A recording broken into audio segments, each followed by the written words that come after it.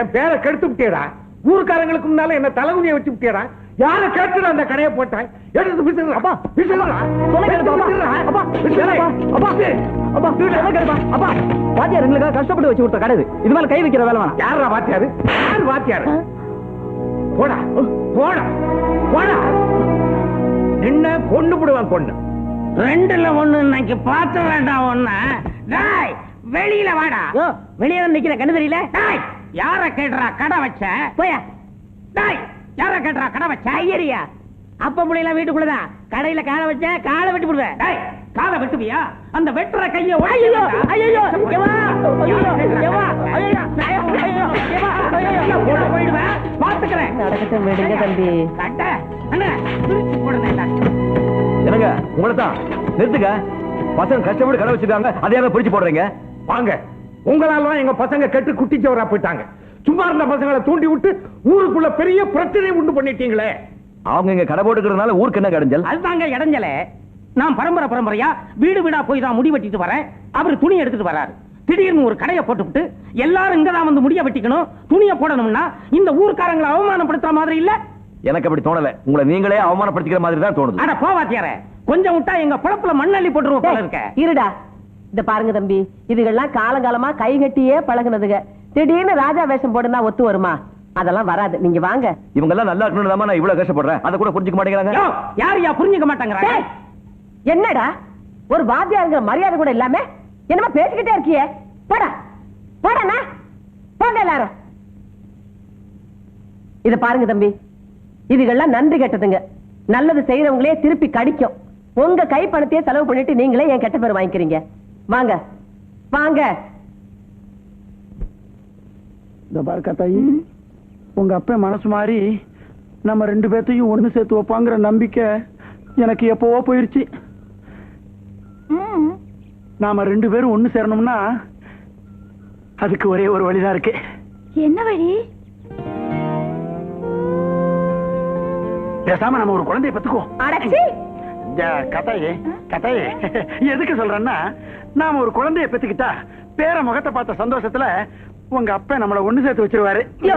விரல் வைக்க இடம் கொடுத்தா உரல் வைக்க இடம் கேப்பியே.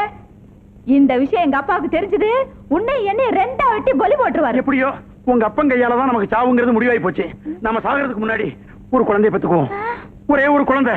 கத்தாய் வா. பாரு, யாரோ ஒரு புண்ணியவான் நமக்காகவே குடிசையை போட்டு போயிருக்கான். யாரும் வர்றதுக்கு முன்னாடி கதை கதை கதை கதை கருப்போ சிகப்போ ஒரு குழந்தைய பெத்துக்கலாம். கத்தாயி ஒரு குழந்தைக்கு வழி சொல்லாம உன்னை நான் விட மாட்டேன். காத்தாயி ஏன் நடக்காது? ஊர்ல நாங்க ஒரு சின்ன கடை வச்சதே உங்க அப்பனால தாங்கிக்க முடியல. எங்க அப்பாவெல்லாம் தூண்டி விட்டு அடிச்சு உடச்சு நொறுக்கிட்டாரு. அப்படி இருக்கும்போது நம்ம காதல எப்படி ஏத்துக்குவாரு? அவர் ஏத்துக்காடி போறாரு. எனக்கு எங்க அம்மா இருக்காங்க, அவங்க நம்மள சேர்த்து வைப்பாங்க. அவங்கள நம்ம காதல ஏத்துக்கலனா நம்ம ரெண்டு பேரும் இந்த ஊரை விட்டே ஓடி போயிடலாம். என்னது ஊரை விட்டு ஓடி போறதா? வேண்டாமா. அப்படி செஞ்சா எனக்கு மட்டும் இல்ல எங்க சாதி சனத்துக்கு சேர்ந்தே கெட்ட பேர் வந்துரும். பேசாம நீ உங்க சாதியில ஒரு நல்ல பையனா பார்த்து கல்யாணம் பண்ணிக்க. ஏய்யா, ஒரு மீச வச்ச ஆம்பளை மாதிரி நீ பேசல. தைரியம் இல்லாத நீ எல்லாம் எதுக்கே காதலிச்ச? சொல்லு, எதுக்கு காதலிச்ச? விடுமா, என் தம்பி சொல்றதுதான் சரி. ஊர் உலகத்துல சாதின்னு ஒண்ணு இருக்கிற வரைக்கும் நாம எல்லாம் ஒண்ணு சேரவே முடியாது. நீ என் தம்பியை மறந்துரு. வா தம்பி போலாம். அவனையும் இது கூப்பிட எப்படி? வா. இது மாப்பிள ராசாத்தி கூட உனக்கு தெரிஞ்சதை பேசிக்கிட்டு நான் உங்க அக்கா கூட இந்த குடிசை வரைக்கும் போயிட்டு வந்துடுறேன். வா கட்டாயி. எங்கிட்ட வச்சுக்காத. வா தம்பி போலாம். கட்டாயே கட்டாயே கட்டாயே. வையா மடக்கிட்டு பாத்தியா? என்ன ஆடு அசைக்க முடியாது. நீங்க எங்க போனாலும் உங்களை விட மாட்டேன்டா. என்னைக்கு இருந்தாலும் ஒரு நாளைக்கு என் பாச கைத்துல சிக்கித்தாண்டா ஆகணும்.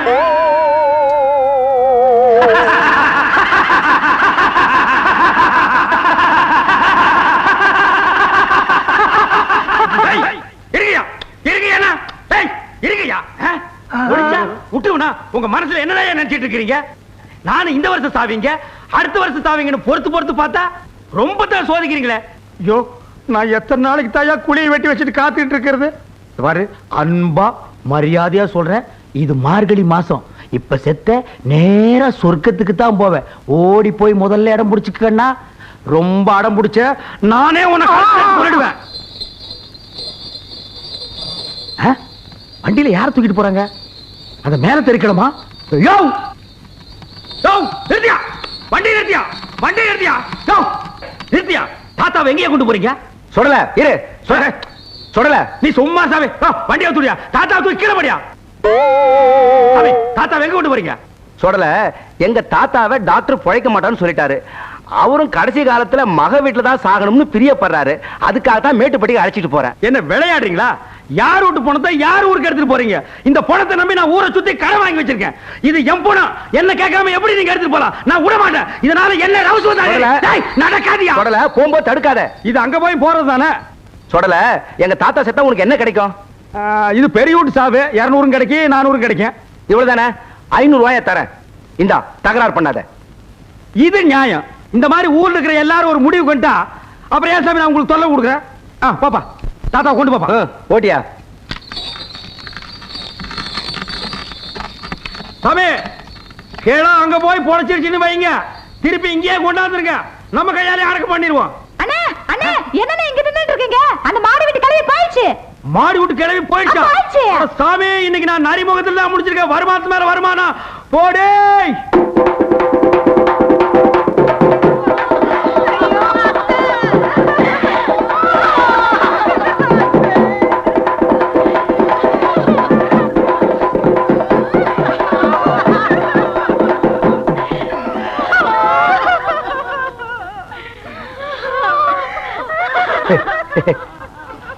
சாமி, ஆத்தா சாவ ரொம்ப சந்தோஷமா எடுக்கணுங்க.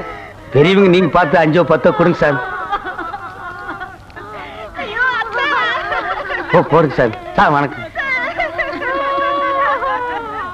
நம்ம ஊர் பள்ளிக்கூடத்துக்கு வந்திருக்கிற வாத்தியார் சாமி ஆத்தா சாவுக்காக பெரிய மனசு பண்ணி 15 ரூபாய் ஏறாமா கொடுத்திருக்கிறாரு.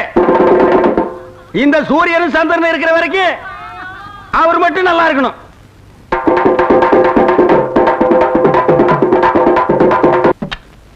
தூக்கிட்டாங்க, தூக்குங்க. கொண்டாங்க சாமி. தூக்கிட்டாங்க. கொண்டாங்க, கொண்டாங்க சாமி, கொண்டாங்க.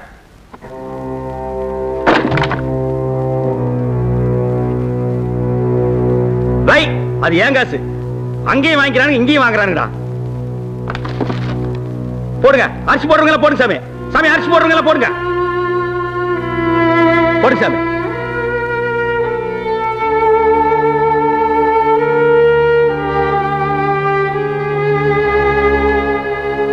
போடு சாமி,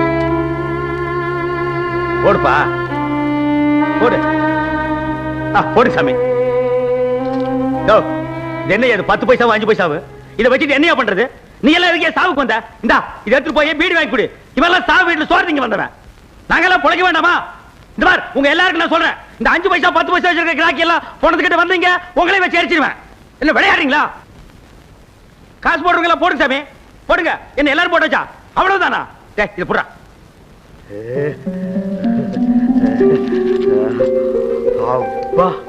ரொம்ப நாளைக்கு அப்புறம் இன்னைக்கு தான் நான் காசை கை நிறைய பாக்குறேன்.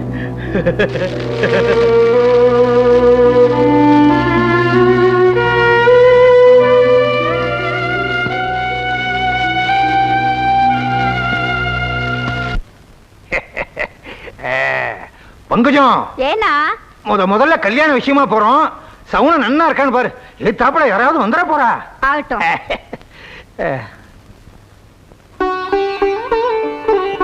ஏனா நரகுடம் தான் வருது. நல்ல சவுனம். வாங்க. ஆத்த பாத்துக்கோ. சரிப்பா. சீக்கிரம் வாடி. கும்பிடுறசாமி, ஊரு விட்ட மாதிரிதான். சனியனே, நல்ல விஷயத்துக்கு போகும்போது எதிரில் வர்றிய. இந்த ரோடு தான் உங்களுக்கு கிடைச்சதா? எத்தனையோ ரோடு இருக்கு, அந்த ரோடு வழியா போறது. சாமி, இனிமே நான் இந்த ரோடு வழியா தான் போவேன், இந்த ரோடு வழியா தான் வருவேன். நீங்க வேணா அந்த ரோடு வழியா போங்க. தொட்டாதரா அபிஷ்டு, நீ உருப்படவே மாட்ட. வாடி, நாளைக்கு போய்க்கலாம். நாம இன்னும் சொன்னாலும் நம்ப மாட்டேங்கிறா.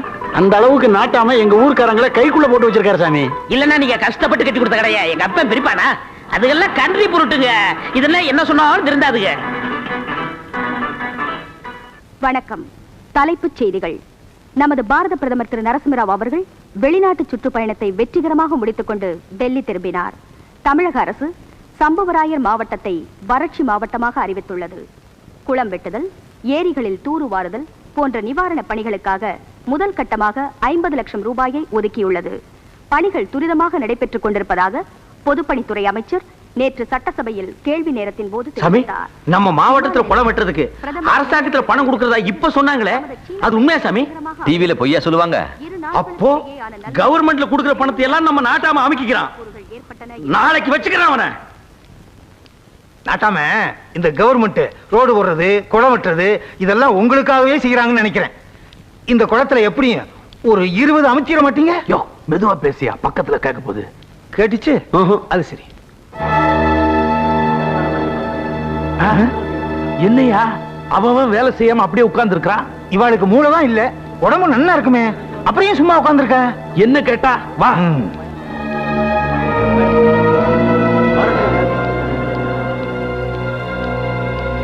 ஏண்டா மணி 10 ஆச்சு, அப்படி அப்படி வேலையை போட்டு உட்கார்ந்து இருக்கிறீங்க. ஏற்கனவே செஞ்ச வேலை கூலி வரட்டும், அப்புறம் நாங்க இறங்கி வேலை செய்யறோம். என்னது புது பழக்கமா இருக்கு? பொது வேலைக்கு என்னைக்கு நாட்டாம கூலி கொடுத்திருக்கார், அதான் உங்களுக்கு சோறு போடுறவரா இல்லையோ? அந்த சோத்தை போட்டு தானே சாமி எங்களை சொரணை இல்லாம ஆக்கிட்டீங்க. ஊருக்கே நல்லது பண்றவர் இவரை பார்த்தா அந்த கேள்வி கேட்ட. நேத்து வரைக்கும் அப்படித்தான் சாமி நினைச்சிட்டு இருந்தோம். வாத்தியார் வீட்டுல டிவி பார்த்ததுக்கு அப்புறம் தான் உங்க வண்டவாளம் என்னன்னு தெரிஞ்சு போச்சு. கவர்மெண்ட்ல குளம் வெட்டுறதுக்காக கொடுத்த பணத்தை வாங்கி உங்க பாக்கெட்ல விட்டுக்கிட்டீங்க. இது எப்படி உனக்கு தெரியும்? யாரு டிவி, யாரு நீதான் உளர்ற. நான் ஆதாரத்தோட பேசுறேன். கவர்மெண்ட்ல பணம் கொடுத்த விஷயத்தை வாத்தியார் பேப்பர்ல வேற படிச்சு காமிச்சாரே. டேய், இப்ப கவர்மெண்ட்ல பணம் கொடுக்கலன்னு யாரா சொன்னது? கொடுத்தாங்கதான். அண்ணனுக்கே கூலியை கொடுத்தா அப்படியே போய் குடிச்சு அழிச்சிருவீங்க. அதனால தான் மொத்தமா கொடுக்கலான்னு வச்சிருந்தேன். அது தப்பா? டேய், அவங்க பணத்தை அவங்ககிட்ட கொடுத்துரு. ஐயா, எண்ணி குடியாம சொன்னா கேளுங்க. இந்த 20 எப்ப என் மேல அவங்களுக்கு நம்பிக்கை போயிருச்சோ அந்த காசை வேணாம், கொடுத்துறியா? ஏண்டா நேத்து வந்த வாத்தியம் ஒஸ்தியா போயிட்டா, இத்தனை நாள் உங்களுக்கு உழைச்ச பண்ணியார் கேவலமா போயிட்டா. யோ, அந்த பணத்தை கொடுத்துறா, குடுறா. சாமி சாமி வேண்டாம் சாமி, நீங்க மொத்தமாவே கொடுங்க. இந்த சொடல பேச்ச கேட்டு நாங்க ஏமாந்து போயிட்டோம் சாமி. எங்க புத்தியை செருப்பால அடிக்கணும். ஏண்டா நான் அப்பவே சொன்னேன்ல நம்ம நாட்டு மக்கள் அப்பேற்பட்டவர் இல்லைன்னு. கேட்டியா? இப்ப காலில் உங்களுக்கு மன்னிப்பு கேள்றான். சாமி, டிவியில ஒரு பொம்பளை சொல்லிச்சுங்க, அது பேச்ச கேட்டுனா ஏமாத்துங்க. இன்னும் இதுக்கெல்லாம் போய் மன்னிப்பு? ஏதோ புரியாம பேசிட்ட, இதுக்கெல்லாம் போய் நான் கோச்சுக்கணும்? போய் வேலையை பாருங்கப்பா. சுடல, மனசுல எதுவும் வச்சுக்காத, வேலையை பாரு. சரி.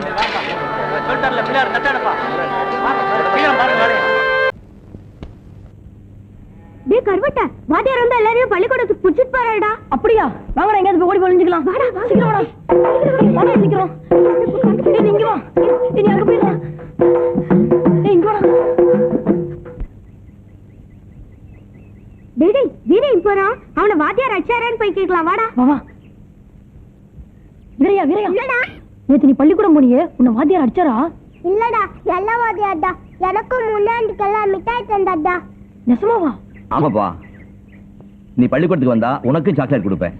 என்ன அடிக்க மாட்டீங்களே? நிச்சயமா அடிக்க மாட்டேன். இவனையா பள்ளிக்கூடத்துக்கு கூப்பிடுறீங்க? இவன் நம்மளையும் சேர்த்து பண்ணி மேய்க்க சொல்லுவானுங்களே. பண்ணி எல்லாம் அவங்க அப்பா மேய்ச்சுக்குவாரு. ஒழுங்கா படிக்கட்டும். பள்ளிக்கூடத்துக்கு வரையா? சார், இந்தா சாக்லேட்.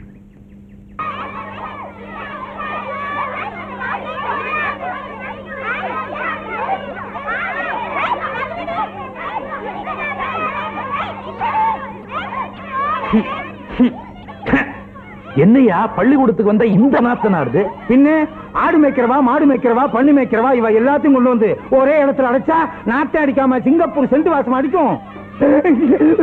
அங்க பாருங்க.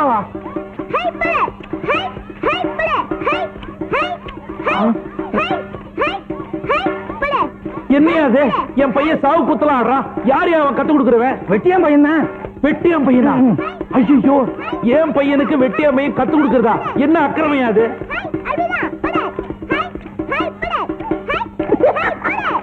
என் பையனோட உங்க பையன் ரொம்ப நல்லா ஆடுறான். வீட்டுல ஏதாவது தனியா டியூஷன் சொல்லி கொடுக்குறீங்களா? வர்ற ஆர்டிஸ்டுக்கு பையா.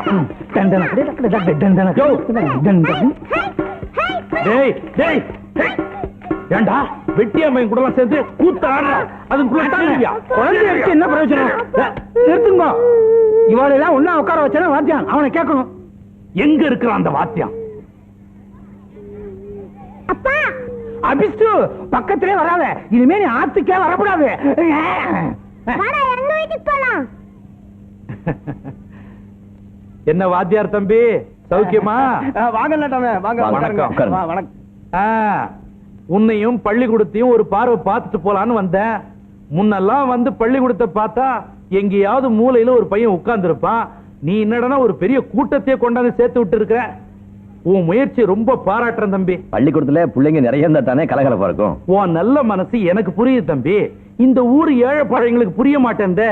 ஆடு மேய்க்கிறது, மாடு மேய்க்கிறது, சாணி பொறுக்கிறது எல்லாத்தையும் கூட்டியாந்து ஸ்கூல்ல சேர்த்துட்ட. அதுங்களுக்கு ஒத்தாசைக்கு ஆள் இல்லையா? மொத்த ஜனமும் என் வீட்டுக்கு முன்னால வந்து கொய்யோ முடியும்னு சத்தம் போடுதுங்க. இதுகளுக்காக வாத்தியார் நல்லது செஞ்சோம், வீணா கெட்ட பேர். அதனால நான் என்ன சொல்றேன்னா, இந்த காலனி பசங்களை நீங்களா போய் வானு வற்புறுத்தி கூப்பிடாதீங்க. தப்பி தவறி 1-2 வந்துருச்சுன்னு வச்சுங்க, நல்ல சோத்தை போட்டு எங்கேயாவது மூலையில உட்கார வச்சிருங்க. ஏன்னா அதுங்களோட சேர்ந்து நம்ம பசங்களும் கெட்டுக்கூடாது பாருங்க. அதான் சார், இது கவர்மெண்ட் பள்ளிக்கூடம். இங்க எல்லா ஜாதியும் ஒண்ணுதான். நாயுடு பையன், ரெட்டியார் பையன், ஐயர் பையன், வெட்டியாம் பையன் தனித்தனியா ஜாதி வச்சு உட்கார வைக்க முடியாது. அப்படி செஞ்சா அது சட்டப்படி குற்றம். என்னப்பா பெரிய சட்டம்? யாரோ 4 பேர் ஏசி ரூம்ல உட்கார்ந்துகிட்டு சட்டத்தை போட்டுறாங்க. இங்க நாங்கெல்லாம் கடந்த அவஸ்தைப்படுறோம். இங்க இருக்கிற பிரச்சனை அவங்களுக்கு எங்க தெரியுது? தம்பி, கிராமம்னா 1000 மேடு பள்ளி இருக்கத்தான் செய்யும். அத நாங்க தான் எதமா பதமா சரி கட்டிட்டு போறோம். அப்பதான் இந்த கிராமம் ஒரு கட்டுப்பாட்டுக்குள்ள இருக்கும். நீங்க ஏதோ நல்லது செய்யறதா நினைச்சுக்கிட்டு உள்ளதையும் கெடுத்துறாதீங்க. ஏயா, அவர் தான் இந்த ஊருக்கு புதுசு. நீர் இந்த ஊர்ல 15 வருஷமா வாத்தியார் வேலை பாக்குறீர். நீயாவது அவருக்கு எடுத்து சொல்லிருக்க வேண்டாமோ? இதுதான் ஒரே ஊர்ல தொடர்ந்து ஒரு வாத்தியார வேலைக்கு வைக்க கூடாது. தம்பி படிச்ச புள்ள, அதுக்கு அதிகமா விலைக்கு சொல்ல தேவையில்ல. எல்லாம் புரிஞ்சிருக்கும். நான் வரேன் தம்பி. நமஸ்காரம். நான் அப்பவே சொன்னேன், அவங்க கணக்கு வேற நம்ம கணக்கு வேறேன்னு. கேட்டீங்களா? அந்த ஆளு தம்பி தானா புரிஞ்சுக்குவாருன்னு சொல்லிட்டு போறாரு. அதோட உள்ளர்த்தம் என்னன்னு தெரியுதுங்களா? அவங்க சொல்ற மாதிரி நாம நடந்துக்கலன்னா நாம இந்த ஊர்லயே இருக்க முடியாதுன்னு அர்த்தங்க. எதுக்கு வேணா பயப்படுறீங்க? இந்த ஊர் கடைஞ்சலாவோ பிரசிடென்ட்க்கு எதிராவோ நம்ம எந்த காரியம் பண்ணல. நம்ம கடமை தான் நம்ம செஞ்சோம். அது அவங்களுக்கு தப்பா பட்டா அதுக்கு நாம பொறுப்பு இல்ல. நீங்க போய் உங்க வேலையை பாருங்க, மத்த நான் பாத்துக்கிறேன்.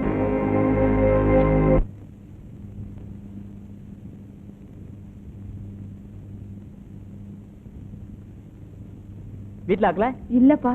4 வீட்ல கையேந்தி வாங்கின சாப்பாடு தான் நான் வேண்டாம்ல. அப்புறம் ஏன் போடுறீங்க? இன்னைக்கு ஒரு நாளைக்கு சாப்பிட்டுக்கப்பா. நாளையில இருந்து நான் வீட்லயே ஆக்கிடுறேன். பட்டினி கிடந்தாலும் கிடப்பனே தவிர இந்த பிச்சை சாப்பாடை சாப்பிட மாட்டேன். இந்த எடுத்துக்க. தம்பி, இன்னைக்கு மட்டும் சாப்பிட்டுக்கடா தம்பி. சோறு வேணாம், ஒண்ணும் வேணாம் போ. இன்னைக்கு ஒரு நாள் சொல்ல பண்ணாதம்மா. என்ன என்ன சாப்பாடு பிடிக்கலையாமா துரைக்கு? இந்த சாப்பாடு மனுஷன் சாப்பிடுவானா? அப்படியா? எங்க நல்ல சாப்பாடு கிடைக்கும் அங்கே போய் வீட்டு பக்கம் தலை வச்சு படுத்த செருப்பு பிஞ்சு போயிடும்.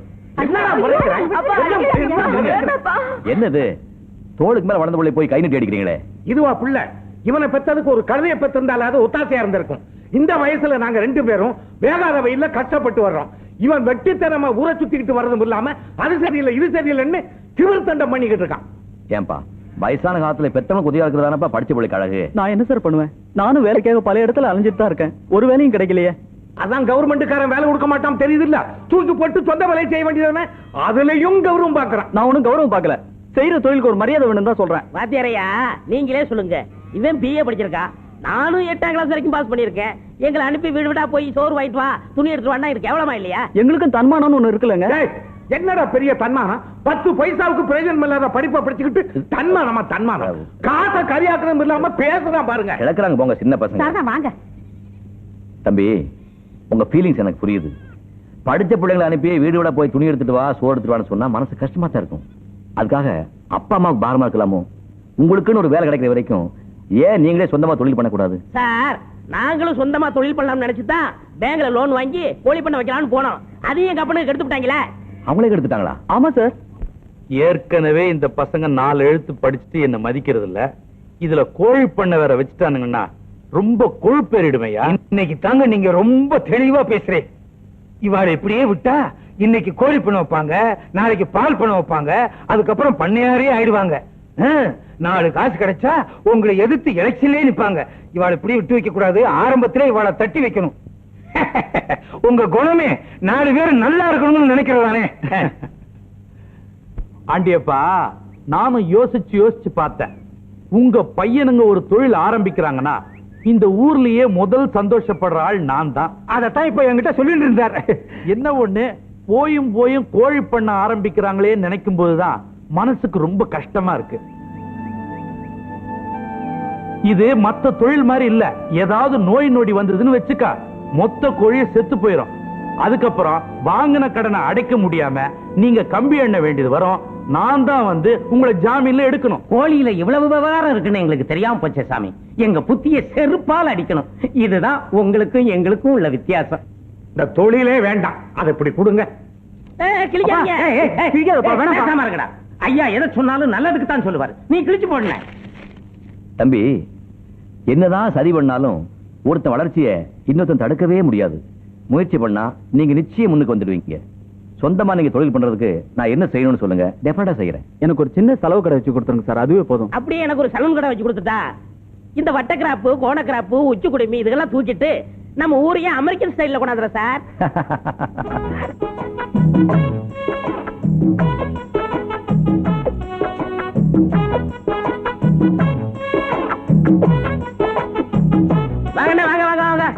என்னடா கடை கடையெல்லாம் போட்டீங்க?